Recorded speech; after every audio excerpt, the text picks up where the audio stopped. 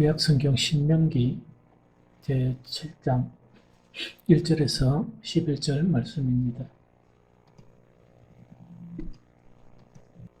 우리 함께 읽도록 하겠습니다. 내 하나님 여호와께서 너를 인도하사 내가 가서 차지할 땅으로 들이시고 내 앞에서 여러 민족, 헷 족속과 기르가스 족속과 아모리 족속과 가나안 족속과 브리스 족속과 히위 족속과 여부스 족속 곧 너보다 많이 힘이 센 7족속을 찾아내실 때에 내 하나님 여호와께서 그들을 내게 넘겨 내게 치게 하시리니 그때에 너는 그들을 진멸할 것이라. 그들과 어떤 언약도 하지 말 것이요 그들을 불쌍히 여기지도 말 것이며 또 그들과 혼인하지도 말지니 네 딸을 그들의 아내에게 주지 말 것이요 딸도 내 며느리로 삼지 말 것은 그가 내 아들을 유혹하여 그가 여호와를 떠나고 다른 신들을 섬기게 하므로 여호와께서 너희에게 진노하사 갑자기 너희를 멸하실 것임이니라. 오직 너희가 그들에게 행할 것은 이러하니 그들의 제단을 헐며 주상을 깨뜨리며 아세라 목상을 죄고며 조각한 우상들을 불살을 것이니라. 너희 여호와 내 하나님 여호와께서 지상 만민 중에서 너를 기업의 백성으로 택하셨나니 여호와께서 너희를 기뻐하시고 너희를 택하심은 너희가 다른 민족보다 수요가 많기 때문이 아니니라. 너희는 오히려 모든 민족 중에 가장 적으니라. 여호와께서 다만 너희를 사랑하심으로 말미암아 또는 너희의 조상들에게 하신 맹세를 지키게 하심으로 말미암아 자기의 권능의 손으로 너희를 인도하여 내시되 너희를 그 종되었던 집에서 애국 왕 바로의 손에서 속량하셨나니 그런즉 너는 알라. 오직 내 하나님 여호와는 하나님이시요 신실하신 하나님이시라. 그를 사랑하고 그의 계명을 지키는 자에게는 천대까지 그의 언약을 이행하시며 인애를 베푸시되 그를 미워하는 자에게는 당장에 보응하여 멸하시나니 여호와는 자기를 미워하는 자에게 지체하지 아니하시고 당장에 그에게 보응하시느니라. 그런즉 너는 오늘 내가 내게 명령하는 명령과 규례와 법도를 지켜 행할지니라. 아멘. 오늘 그 신명기 7장 1절에서 그 11절까지 말씀은 그 이제 모세가 과거의 그런 모든 이야기들을 회상시켜 준 후에 이제는 이제 그 가나안에 들어와서 이제 땅을 차지하는 그런 전쟁이 있죠. 전쟁을 하고 하는 그런 과정과 그 이후에 그런 일들에 대해서 이렇게 이제 당부를 하는 그런 내용입니다. 그래서 크게 한 네 가지를 이제 이 당부를 하는데 제일 첫 번째로 이제 어떤 말씀인가 하니까 이제 이 요단강만 건너가게 되면 물론 지금 전쟁 한번 치러가지고 요단강 우편에 땅을 차지했죠. 이 땅을 차지하고 난 다음에 거기에 이제 거점을 잡고 이제 요단강을 건너가고 이 가나안 7족속 있죠. 그들의 땅을 이제 차지하는 거예요. 그래서 차지하는 그 전쟁을 하는 그 전쟁에 대한 성격을 분명히 하는 거예요. 그래서 그 전쟁의 성격을 분명히 하면서 이 전쟁은 여호와 하나님께서 하시는 전쟁이다. 이렇게 이제 규정을 합니다. 그 규정을 하는 거예요. 그래서 이제 규정하는 것 자체가 그 7장 1절부터 2절 말씀입니다. 우리 다시 한번 읽어봅니다. 다시 한번 읽어보면 시작. 내 하나님 여호와께서 너를 인도하사 네가 가서 차지할 땅으로 들이시고 내 앞에서 여러 민족 헷 족속과 기르가스 족속과 아모리 족속과 가나안 족속과 브리스 족속과 휘 족속과 여부스 족속 곧 너보다 많이 힘이 센 7족속을 쫓아내실 때에 네 하나님 여호와께서 그들을 내게 넘겨 내게 치게 하시리니 그때 너는 그들을 진멸할 것이라. 그들과 어떤 언약도 하지 말 것이요 그들을 불쌍히도 여기지 말 것이며 이렇게 됐죠. 그래서 제일 첫 번째는 어떤 이야기인가 하니까 그게 이제 그 땅 자체가 이 빈 땅을 하나님이 주시는 건 아니에요. 막 이래 아주 빈 땅을 주시는 게 아니고 이미 그 땅은 그 차지하고 있죠. 그렇게 가나안 일곱 족속이 이제 차지하고 있는데 일곱 족속 자체는 누구보다 많고 힘이 누구보다 훨씬 센 그런 이 일곱 족속이다 하는 것을 기억해주세요.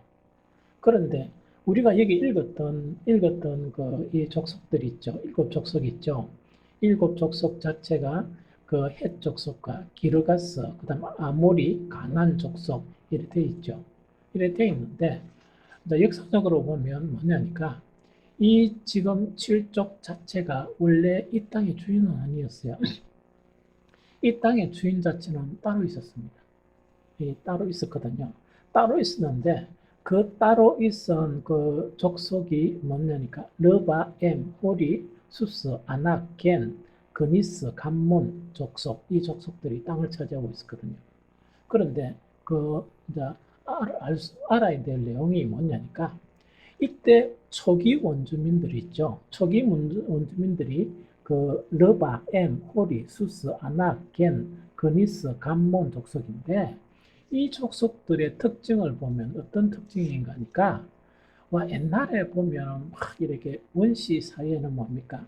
그 당시에 누가 가장 이 이제 최고 이 리더입니까? 거기에서 가장 힘이 세고 가장 이 뭡니까 그 이 영웅적인 힘을 그런 소유했던 그런 사람 밑에 우회됩니까?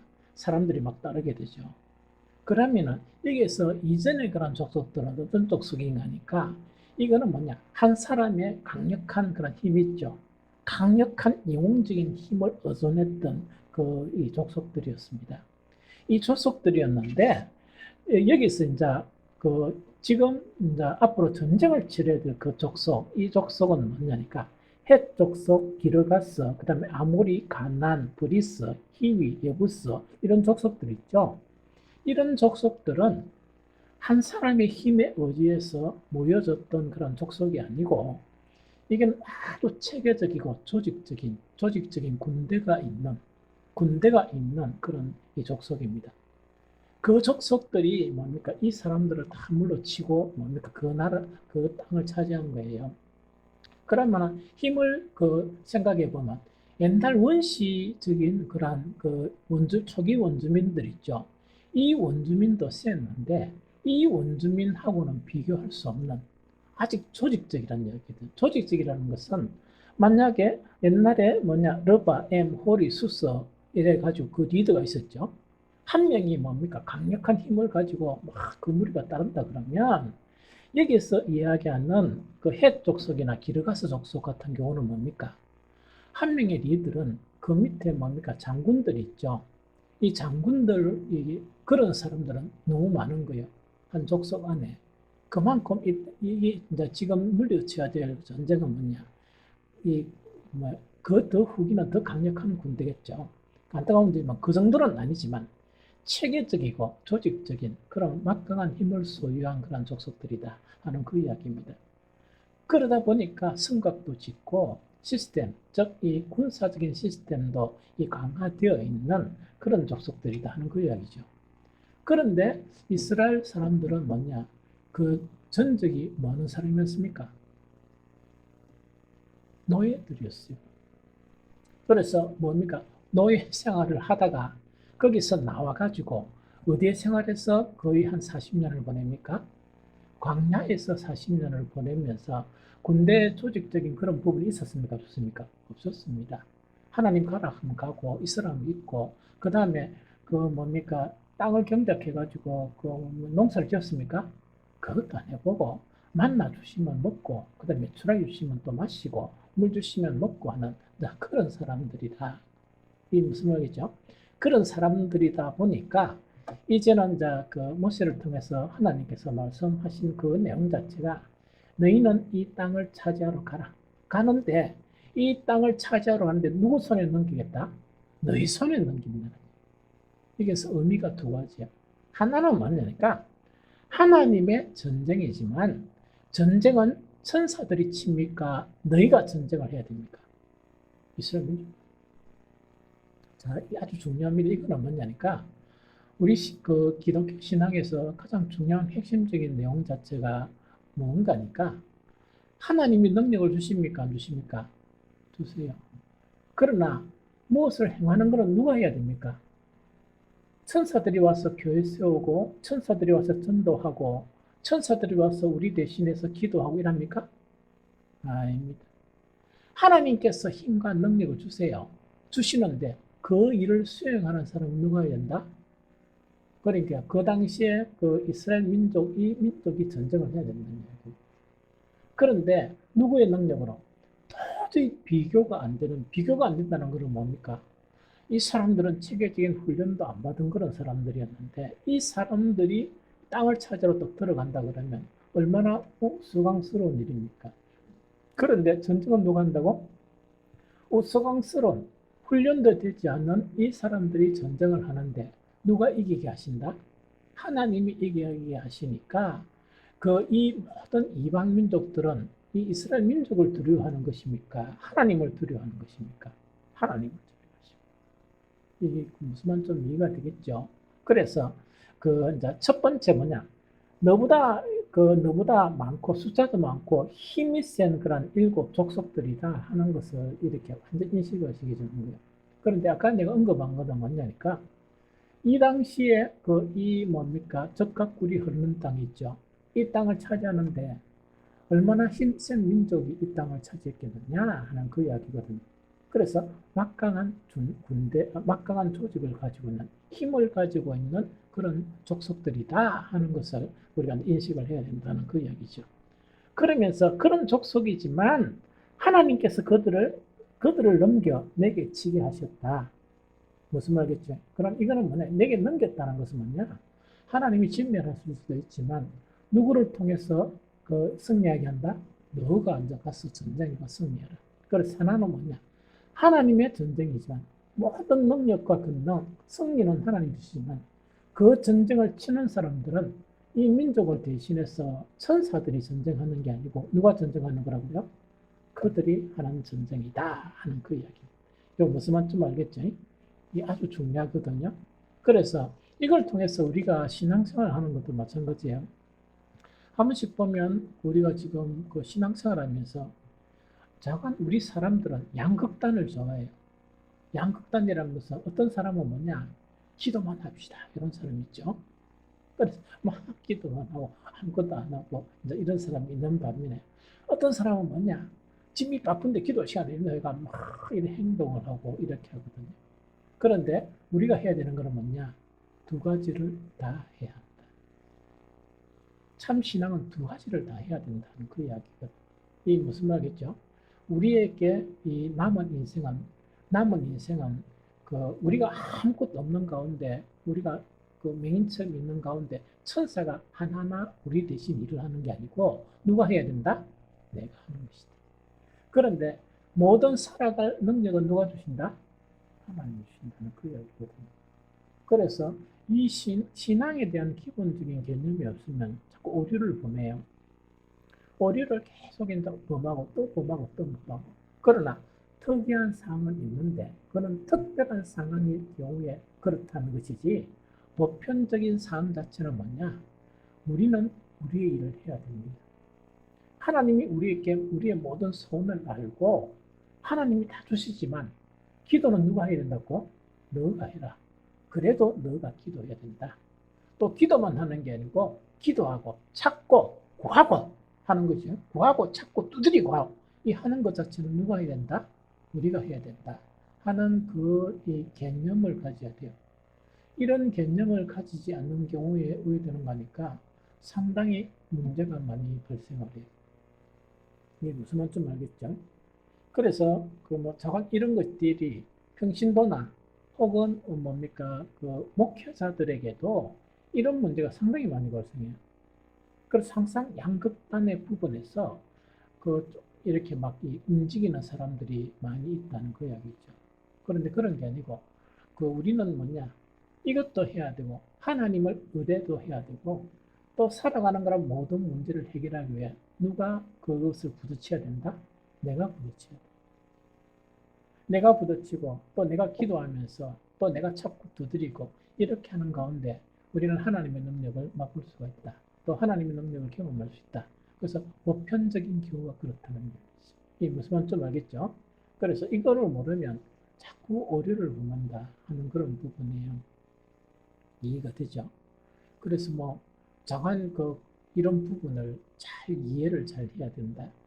그 다음에 이제 한 가지가 뭐냐니까 주님께서 이제 전쟁을 누구 손에 맡겼다? 그 이스라엘 손에 맡긴 거예요. 20세 이상이 된 남자들은 다 이제 전쟁을 치러야 돼. 해야 되는데 주님께서 명령하신 것은 뭐냐? 세 가지를 갖다가 이 명령을 했어요. 제일 첫 번째로 뭐냐? 거기에 있는 7족속 있죠? 7족속은 뭡니까? 뭘 하라? 첫 번째, 진멸하라. 다 죽이라는 어린아이부터 뭐든 다 죽여버리라 하는 그 하나고 또 하나는 그들과 어떤 언약도 하지 말라. 어떤 언약도 하지 말고 그 다음 세 번째 뭡니까? 불쌍히 여기지도 말라. 예, 무슨 말인지 좀 알겠죠? 2절을 다시 읽어보면 그래 되어 있죠. 네 하나님 여호와께서 그들을 네게 넘겨 내게 치게 하시리니 그때 너는 그들을 뭐 할 것이라? 진멸할 것이라. 그들과 어떤 언약도 하라 하지 말라? 하지 말라. 그들을 불쌍히 여기라 불쌍히 여기지 말라? 불쌍히 여기지 말라. 요거 읽어보니까 여러분들 하나님 너무 하시는 거 아니십니까? 이렇게 생각이 좀 안 듭니까? 아도 있는데 몰라도 있는데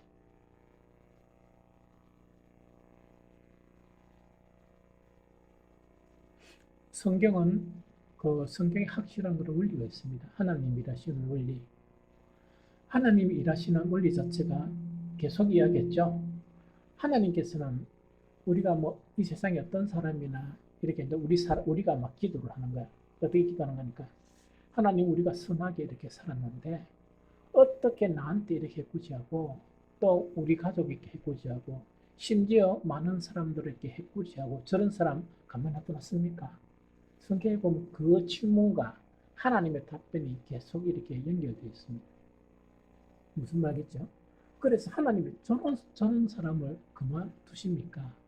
하는 그 자체가 항상 선지자를 통해서나 성경의 시편을 통해서도 보면 그걸 사람들이 질문을 하면 하나님이 대답하세요. 하나님의 대답은 똑같습니다. 반드시 그들을 뭐한다고? 심판하신다. 반드시 그들을 심판하신다.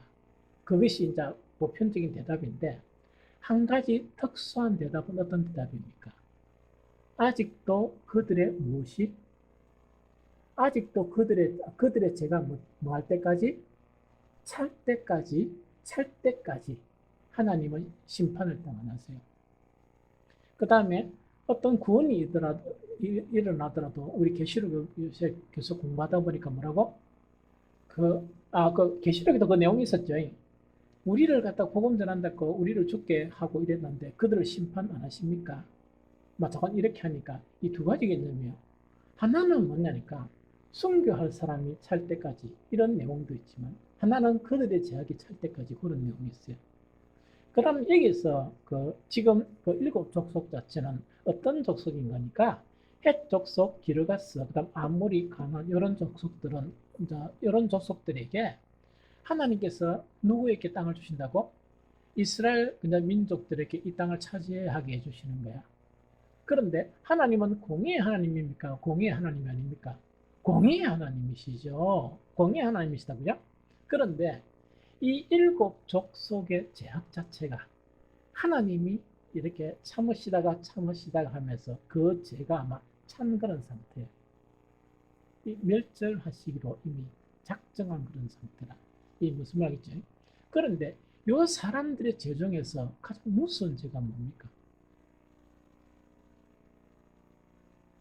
무슨 죄가 계속 언급되고 또 이스라엘의 악한 왕들도 이것을 본받아서 하는 행위가 있었는데 그 한 가지가 뭐라? 인신제사. 인신제사라는 건 뭐냐니까 이방 아무것도 아닌 아무것도 아닌 우상에게 절하고 하는 것도 하나님이 못 참는 그런 부분인데, 하나님은 이 세상 가운데 요 뒤에 보면 이제 이스라엘의 구원 내용이 있다, 그죠? 이 세상 사람들은 하나님에 대해서 어떤 사람들입니까? 우리 교회 다니는 사람이나 이 세상 모든 사람들은 하나님에게 어떤 사람이라? 하나님의 형상으로 지음을 받은 사람들이라. 그럼 이거는 바꿔서 이야기하면 하나님의 형상으로 우리 사람들을 지었죠. 지었기 때문에 우리 죄를 스스로 해결할 수 없었기 때문에 대신에 처벌하셨습니까? 하나님의 독생자 예수 그리스도를 우리 대신에 처벌하셨죠. 그것을 대해서 이 바울은 뭐라고 이야기하는 거니까 하나님이 우리에게 대한 하나님의 사랑을 뭐한 것이라? 확정했다는 것, 확실히 증거해 줬다는 이야기. 이 무슨 말 알겠죠? 그래서 아무것도 원하지 않고 누구를 뭐 하기만 하면 하나님과 예수 그리스도를 믿기만 하면 무엇을 주신다? 구원을 주신다. 이 무슨 말인지 알겠죠? 그러면 그 이유 자체가 뭐냐는 얘기. 이 이유를 모르면 안 되죠. 하나님이 하나님의 형상으로 우리를 이렇게 지었는데 선악과를 먹어가지고 우리 타락이 되어버렸단 말이야. 그래도 하나님은 뭡니까? 하나님의 형상으로 우리를 지은 그 자체, 그 우리 존재 자체를 하나님은 뭐 하셨다? 사랑하셨다는 이야기. 그래서 예수 그리스도의 십자가 자체의 의미를 하나님이 세상을 뭐처럼 사랑하사? 이처럼 사랑하셨다는 것은 뭐냐? 자기의 독생자 예수 그리스도를 십자가에 내주면서 구원할 정도로 사랑하셨다는 이야기거든. 좀 이해가 되죠? 좀 이해가 되죠? 그런데 이제 그 정도 이제 사랑을 하셨단 말이야. 사랑을 하시다 보니까 사람 자체는 우리에게 가장 중요하죠. 그래서 계명에 뭘 하면 안 된다? 살인은 하면 안 된다. 그런데 예수님께서는 뭐냐? 너희가 계명에 그 살인하지 말라 이야기했지만 그거는 그거지만 나는 이렇게 만든다. 형제를 미워하는 자나 형제에게 노하는 자나 나가라 하는 자들은 뭡니까? 공회에 붙잡혀가고 지옥불에 던져주고 이렇게 이야기해요. 그런데 이 칠족속은 어떤 죄악을 저지르는가 하니까 아무것도 아닌 우상이나 이 잡신들에게 제사를 이렇게 하면서 누구의 피를 바친다고? 자기 아들의 피를 바치는 거예요. 자기 자식의 피를. 이 무슨 말이죠? 그래서 이 죄 자체가 정말 찰만큼 차가지고 도저히 하나님께서 어딨다고요? 이거는 이제는 더 이상은 안 된다 하는 그 선이 되다 보니까 진멸하라 이렇게 명하신 거예요. 자, 그런데 봅니다. 하나님의 긍휼이 있습니까? 없습니까? 하나님은 긍휼이 있죠. 하나님의 형상을 받은 우리 자체도 우리가 죄를 지었지만 불쌍히 여기는 마음이 있습니까? 없습니까? 있죠. 그런데 만약에 하나님이 참다가 그죠? 뭘 명했는가 하니까 이제 그 땅을 차지하는데 그 땅에 가서 족속들을 뭐하라? 진멸하라. 어떤 약속도 하지 말라. 또 불쌍히 여기지도 말라. 그러면 하나님의 공의가 실천되는 거죠. 맞죠? 그런데 우리가 만약에 하나님이 이제는 심판하시기로 작정하신 그런 상황 가운데 우리가 진멸하지 아니하고 그 다음에 그들과 언약을 이렇게 맺고 또 혹은 뭐냐? 하나님의 그런 이 긍휼히 여기시면 끝났는데 우리가 긍휼히 여기는 마음이라면 이거는 정당한 겁니까? 이거는 부정당한 겁니까? 그래서 때로는 성경에서 이해하지 못할 때는 방금 내가 왜 설명을 하는 거니까 하나님께서 말씀하신 거는 다 정입니다. 다 참이에요. 그런데 얄팍한 사람의 정 있죠. 근데 진짜 정을 두고 진짜 불쌍히로 또 그건 안 해. 그런 건 안 하면서 하나님께서 이거는 다 끝났으니까 이건 처벌하라. 그러면 또 시비를 건단 말이야, 이 사람이. 이거는 뭐냐니까 막 불쌍한 사람이 옆에서 이 굶고 있는데도 이 뭐야 돈 한 푼 이렇게 밥 한 끼 안 주면서 하나님께서 그들을 불쌍히 여기지도 말라. 그건 또 불쌍히 여기네. 그렇게 참 인간은 묘한 인간이다. 무슨 말인지 알겠죠? 그래서 예를 들어 설명 그렇다는 얘기. 그래서 작업했던 간에 그 주님의 명령 자체가 진멸하고 어떤 영락도 어떤 언약도 하지 말고 불쌍히 여기지도 말라 하는 그 명령을 하셨단 말입니다. 하나님이 명령하셨으니까 그 명령을 받은 우리는 뭐를 해야 됩니까? 절대적인 순종을 해야 됩니다. 무슨 말이겠습니까? 그것이 우리 기독교의 아주 가장 중요한 원리입니다. 이해가 되죠? 그 다음에 이제 두 번째 뭐냐? 그럼 땅을 차지한 후에 지켜야 될 일들을 또 이제 설명을 하는 거라. 그 땅을 차지하죠. 땅을 차지하면서 이 지켜야 될 일들인데 그 지켜야 될 일들 자체가 두 가지를 이야기합니다. 첫 번째, 그들과 뭐 하지 말라? 통혼하지 말라. 그들과 통혼하지 말라. 결혼하지 말라는 이야기예요. 신명기 7장 3, 4절. 신명기 7장 3, 4절. 우리 같이 읽었던 건데 한번 읽어봅니다. 자, 시작. 또 그들과 혼인하지도 말지니 네 딸을 그들의 아들에게 주지 말 것이요 그들의 딸도 내 며느리로 삼지 말 것은 그가 네 아들을 유혹하여 그가 여호와를 떠나고 다른 신들을 섬기게 함으로 여호와께서 너희에게 진노하사 갑자기 너희를 멸하실 것임이니라. 멸하실 것임이니라 요 이야기죠. 그래서 여기서 핵심 내용 자체는 뭐냐니까 그들과 통혼하지 말라는 이야기입니다. 이 통혼하지 말라는 이야기거든요. 그 통혼하지 마는데 통혼하지 말 것을 이야기하는 것 중에서 가장 핵심적인 이유가 뭡니까?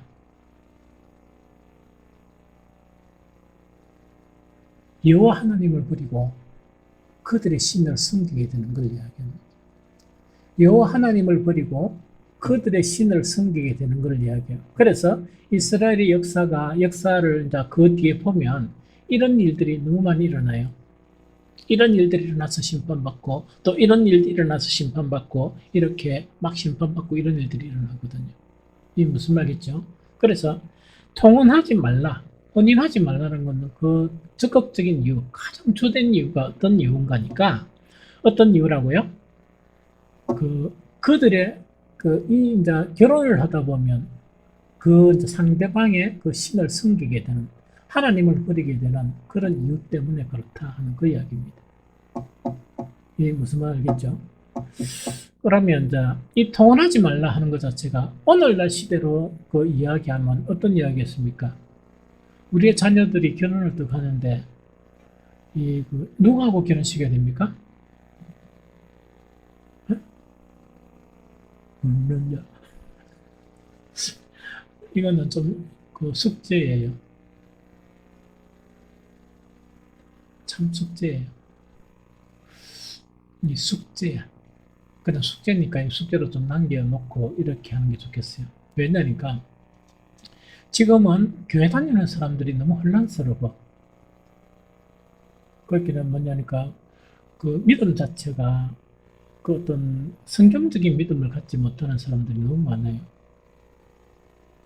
그래서 그 부분 자체가 상당히 좀 문제가 생겨요. 그래서 그 이런 경우도 있을 수가 있어. 어떤 경우가니까 어떤 진실되게 주님을 섬기는 그런 믿음이 있죠. 믿음이 있으면 교회 다니면 그, 이 진실된 믿음이 있고 어떤 사람은 세속적인 믿음이 있고 어떤 사람은 이 율법적인 믿음이 있다. 율법적인 믿음, 세속적인 믿음, 진실한 믿음이 있죠. 교회 다 다녀요. 그러면은 진실된 믿음하고 세속적인 믿음을 같이 결혼시키면 이게 안 변하면 잘 살겠습니까? 불행해지겠습니까? 불행할 가능성이 되게 많아요. 그 다음에 복음적인 믿음을 가진 사람하고 율법적인 믿음을 가진 사람이 결혼을 하면 이 율법적인 믿음을 가진 사람이 일평생이 안 되는다. 복음적인 믿음을 가진 사람은요, 일평생 동안 답답하게 살다가 죽어야 돼. 안 변하면. 무슨 말인지 좀 알겠습니까? 그런데 어떤 사람은 또 이런 경우도 있어. 가령 예를 들면 믿음을 가지고 살았는데 어떤 세상 사람을 사랑해서 결혼을 했는 거야. 그런데 아주 젠틀하다 보니까 또 종교적인 사람이 아니다 보니까 종교는 자유야. 이래가지고 뭐냐, 아무튼 따라가자 하면 또 컨디션도 따라와. 앉아있고 있다 이래. 이래가 사는 사람이 있어.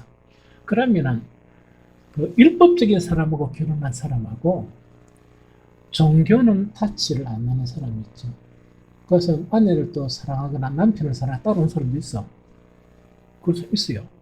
그래가 있다니까 막 이래가지고 이제 막 그래도 뭐 찬송이나 이런 거 너무 잘하고. 그런데 이런 사람들 자체는 그래도 뭡니까? 이 신앙을 이렇게 할 수가 있는데, 허용을 받을 수가 있는데, 그 신앙의 방향성이 다른 사람이 있죠. 그 사람들은 알기 때문에 너무 힘든 거야. 그런데 성경을 알아도 율법적으로 알고 복음의 개념을 모르고 이러면요, 엄청 머리가 아파요. 그런 경우, 복잡한 경우도 있다. 그래서 이건 숙제와 같은 일이다 하는 거예요. 무슨 말인지 좀 알겠죠? 그래서 참 이거 힘든다 하는 그 부분이고, 그리고 이제 두 번째는 뭐냐, 우상을 깨뜨리고 불살라버리라. 우상을 깨뜨리고 불살라버리라. 신명기 7장 5절이죠. 신명기 7장 5절. 7장 5절. 읽어보면 시작. 오직 너희가 그들에게 행할 것은 이러하니 그들의 제단을 헐며 우상을 깨뜨리며 아세라 목상을 찍으며 조각한 우상들을 불사를 것이니라 이래 되어 있죠. 그래서 그들이 섬기던 모든 그런 이 우상이나 또한 여러 가지 것들, 그와 관련된 것들은 뭔가 부숴버리고 불살라버려야 한다 하는 그거를 이야기합니다. 이거 무슨 말인지 좀 알겠죠? 그래서 아주 이제 중요합니다. 아까 그들과 통화하지 말라 하는 그 이야기를 좀 하도 이제 여러 가지를 많이 보니까, 많이 이야기 들으니까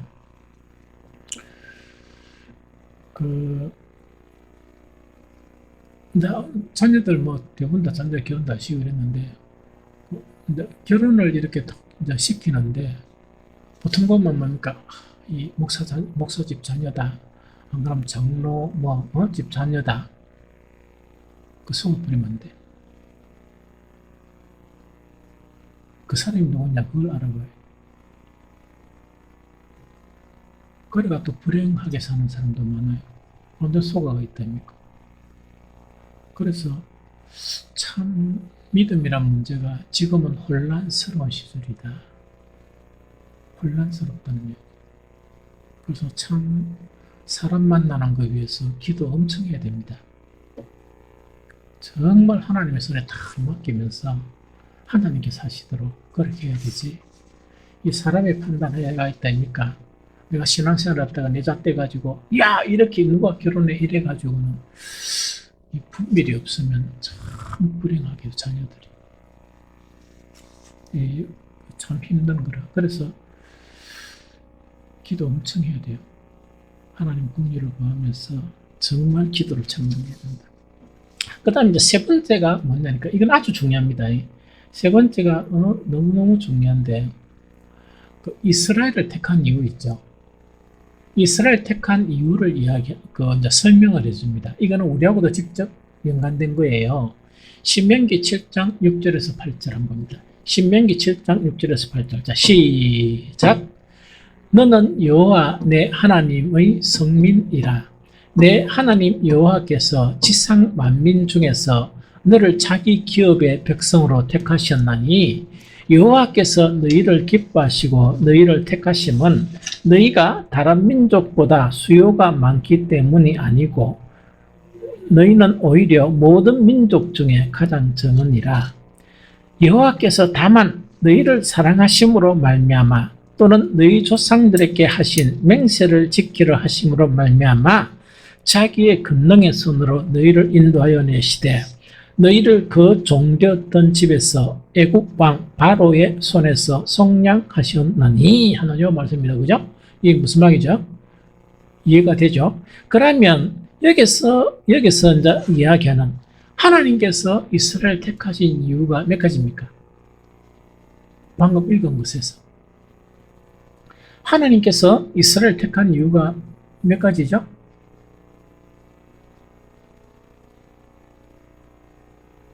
두 가지죠. 두 가지.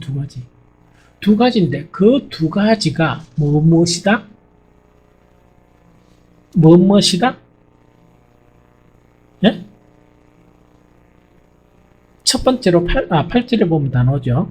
첫 번째로 뭐냐? 사랑이다. 첫 번째는 사랑이다. 자 봅니다. 8절 다시 읽어봅니다. 여호와께서 다만 뭐 했기 때문에 너희를 사랑하심으로 말미암아 되어 있죠. 그 다음에 또는 너희 조상에게 하신 뭐를 지키려 하심으로 맹세, 즉 약속을 지키려. 약속 때문이다. 자, 하나는 뭡니까? 사랑이고 하나는 뭐라고요? 약속. 이 두 가지입니다. 그러면은 여기서 사랑과 약속 자체가 우리 측면에서 생각하면 이렇게 해야 돼요. 성경 전체를 보면 하나님이 이스라엘 민족을 택한 것 자체가 다른 민족보다 우수했기 때문에 그렇습니까? 아닙니다. 질이 좀 아마 떨어지던 것 같아. 목이 좀 곱고. 그런데 하나님이 이스라엘 민족을 택한 거는 뭐라고요? 이스라엘 민족만 바르게 하면 다른 여러 민족을 이렇게 구원할 수 있다. 하나님의 그런 이 구원의 그런 이 계획 안에서 선택된 민족이 이스라엘입니다. 이게 무슨 말이겠죠? 그러니까 그거를 이야기하는 거예요. 그래서 사랑이라 이야기하는 거는 뭐를 이야기하는 거니까 이걸 이야기합니다. 아까 이미 설명을 했듯이 하나님은 우리를 자기의 멋으로 창조했다. 형상으로 창조하셨죠. 이거는 이것보다 더 강한 의미를 가지고 있어요. 우리가 우리 자식을 남편하고 아내하고 이렇게가 자식을 낳았죠. 그럼 그 자식 사랑합니까? 사랑 안 합니까? 사랑하죠. 그럼 사랑의 이유는 뭡니까? 내 자식이라서. 내가 낳아서 그렇죠. 내가 낳아서 사랑하는 거 아닙니까? 그죠? 맞죠? 그러면 자식이 만약에 아버지 엄마는 내 사랑하는 이유가 뭐야? 그래 묻는 자식도 없겠지만 만약 묻는다 그러면 딴 거 아니죠. 내가 낳았다 이가. 내가 낳아서 사랑한다. 그 이유밖에 아무것도 없거든요. 내가 낳은 거하고 사람이 낳은 게 우리 오철람 집사님하고 우리 김명수 집사님이 결혼해가지고 손을 탁 잡고 난 다음에 여보 첫 애는 딸 낳자. 두 번째 아는 무슨 아들 낳자. 그래서 형상은 뭐냐? 예언이 생각하면서 예언이의 형상으로. 그다음에 뭔가 이렇게 아들은 잔욱의 형상으로 이렇게 계획해가 놨습니까? 그래 안 나니까 부모들이 뭐라 합니까? 자식들이 말을 한다면 어떻게 저런 게 내 속에서는 이러죠?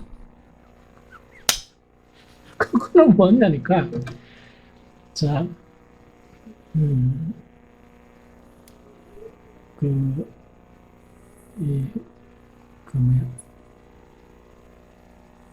나무가 있고 씨가 있으면 뭐가 먼저냐 이렇게 말을 이야기하죠. 그런데 우리가 남자 여자가 있으면 우리에게 예언이를 낳을 수 있고 찬우기를 낳을 수 있는 그 모든 걸 내뿐만 아니고 그 모든 걸 주신 분이 누구예요? 하나님이죠. 그러면 우리는 찬우기를 낳고 어집사님 둘이가 예언이를 낳은 거는 뭡니까? 하나님 주신 그런 모든 부분 가지고 나아가 길었단 말이에요. 그것만 해도 엄청 사랑하잖아. 그것만 해도 엄청 사랑하거든요. 하나님이 우리를 만드실 때는 하나님의 한 부분을 우리에게 주셨는 거야. 우리는 흙에 불과했는데 하나님의 보면 속성이 두 가지가 있어요. 하나는 공유 속성이 있고 하나는 비공유 속성이라. 공유 속성이라는 게 뭐냐니까 인격을 이야기해요. 비공유 속성이란 하나님의 전지전능하신 능력 이걸 이야기해요. 그러면 하나님이 공유 속성이 있죠. 이거를 그 흙에 이렇게 부어 넣어 주신 거야. 그래 하니까 성경에 보니까 무엇이 되었다? 사람이 되었다. 그게 인간이라. 그게 이제 씨가진 나무. 그러면 그 나무가 크면 언제든지 뭔가니까 그 씨를 이렇게 맺을 수 있는, 그렇죠? 우리도 동일해, 사람들. 그러면 하나님께서 우리 특별한 인간에게는 뭐 주셨냐? 뭘 주셨냐고 하니까 동물까지도 어떤 본능이란 그 부분을 조금 이래 주셨을 뿐이지만 하나님이 비공유 속성 그 자체 있죠. 생각하고 깨닫고 대하고 이 모든 거 있죠. 그걸 우리에게 준 거야. 단지 우리는 선악화 때문에 이렇게 타락을 내본 거야.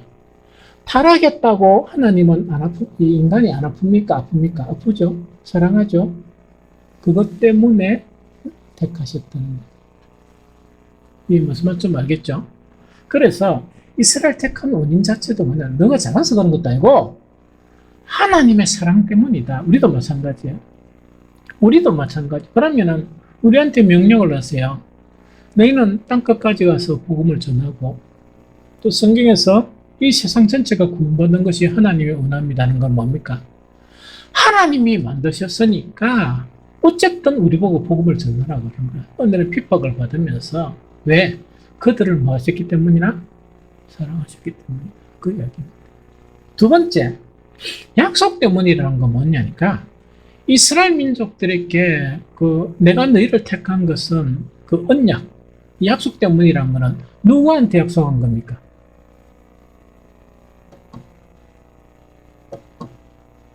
어떤 약속입니까? 어떤 약속? 누구랑? 아브라함과 이삭과 야곱에게 하나님이 약속하셨잖아. 아브라함이 갈대아 우르 땅에 있던 아브라함에게 너는 거기서 떠나서 어디를 가라? 내가 지명하는 그 땅으로 가라 하면서 숱한 약속을 주셨던 거예요. 그럼 이스라엘 민족들 자체가 이래 가지고 어디 됩니까? 종살이 하죠. 애굽에 종살이하면서 하나님께 이렇게 요청을 하니까 하나님은 요청에 들어주셔서 다시 약속의 땅으로, 내가 그 땅이라, 그 땅, 요 가나안이 그 땅으로 오게 하시는 거는 누구하고 약속한 거? 아브라함과 이삭과 야곱과 약속한 그 약속 때문에 너희 기도를 들어주셨고 너희를 이끌어서 이 땅을 주려고 한다 하는 그 이야기입니다. 이게 무슨 말이겠지?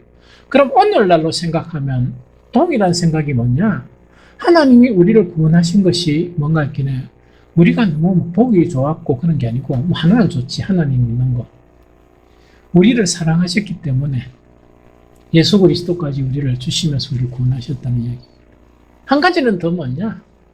성경의 모든 약속들은 뭐냐? 누구를 위한 약속입니까? 믿는 자들을 위한 약속이에요. 그러면 그 조건 먹게 하면 뭐 한다, 뭐 하면 뭐 한다 약속을 하셨죠? 그 약속 때문에 우리의 기도도 들어주시고 그 하나님이 약속한 그 약속 때문에 우리를 갖다 이끌어 가신다는 그 이야기입니다. 그래서 이걸 갖다가 마음속 깊이 가지고 있어야 믿음이 흔들리지 않아. 그래서 성경에 약속한 그것은 누구에게 주신 약속이다? 성경 인물들 그 시대적 상황에 맞는 그 사람들에게 만주신 게 아니고 누구에게 주신 거라? 오늘을 사는 나에게 주신 약속이에요. 그래서 그 약속을 굳게 붙들고 이렇게 신앙생활을 해나가는 거예요. 그게 믿음이에요. 알겠죠? 그래서 이스라엘 택하신 이유가 사랑과 하나는 뭡니까? 약속이다 하는 그 이야기죠. 그 다음에 마지막 네 번째가 뭐냐니까 뭔 이야기입니까? 이거는 너희가 반드시 알아야 할 일이 있다. 요거는 이삭 보지 말고 반드시 알아라 그 이야기입니다. 그게 신명기 7장 9절 10절 다시 읽어봅니다. 신명기 7장 9절 10절 자 시작. 그런즉 너는 알라. 오직 내 하나님 여호와는 하나님이시요 신실한 하나님이시라. 그를 사랑하고 그의 계명을 지키는 자에게는 천대까지 그 언약을 이행하시며 인내를 베푸시되 그를 미워하는 자에게는 당장에 보응하여 멸하시나니 여호와는 자기를 미워하는 자에게 지체하지 아니하시고 당장에 그에게 보응하시느니라 이야기죠. 그러면 반드시 요거는 기억하라 하는 것은 어떤 것을 기억하라? 하나님은 반드시 언약을 지키신다. 하나님은 반드시 언약도 지키시고 하나님은 반드시 하나님을 미워하는 그런 자들에게는 반드시 보응을 하신다. 이게 무슨 말겠죠? 이거를 철두철미하게 인식하고 알아라는 그 이야기입니다. 이거 무슨 말겠죠? 그러면서 마지막 결론 자체는 뭐겠습니까? 계속 동일한 결론을 이렇게 우리에게 말씀하세요. 그게 7장 11절 말씀입니다. 7장 11절 읽어봅니다. 7장 11절 시작. 그런즉 너는 오늘 내가 내게 명하는 명령과 규례와 법도를 지켜 행할지니라. 한 번 더 시작. 그런즉 너는 오늘 내가 내게 명하는 명령과 규례와 법도를 지켜 행할지니라. 자, 이제 결론을 이야기하는 거예요. 이 시대의 이스라엘 민족뿐만 아니고 오늘날 사는 우리들에게도 결론적인 것을 이야기하면서 뭐냐? 우리는 무엇으로 살아가야 된다? 하나님의 말씀대로 살아가야 한다 하는 그 이야기입니다. 하나님의 말씀대로 살아가야 한다. 그러면 하나님이 반드시 지켜주시고 복을 주신다 하는 그 자체가 뭐냐니까 아주 핵심적인 그런 내용이에요. 오늘날 교회가 힘이 없어진 거 있죠? 세상 사람들에게 욕을 많이 먹는 게 왜냐? 하나님의 말씀을 자꾸 떠나는 거예요. 가까이 안 하고. 그러고 하나님의 말씀을 그냥 뭡니까? 자기가 원하는 것만 지키고 지사 선택을 하는 거예요. 지키기 싫은 걸 안 지키고 이런 거 있죠. 그래서 그거는 신앙이 아닙니다. 기독교 신앙은 뭐냐? 하나님의 말씀을 따라 사는 것. 그게 기독교 신앙. 그런 자에게는 반드시 뭐 해주신다? 하나님은 복 주신다. 이 세상 살 때도 복을 주신다. 하는 것이 신앙의 원리고 성경의 원리다 하는 것 자체를 다시금 되새겨줍니다. 이해가 되죠?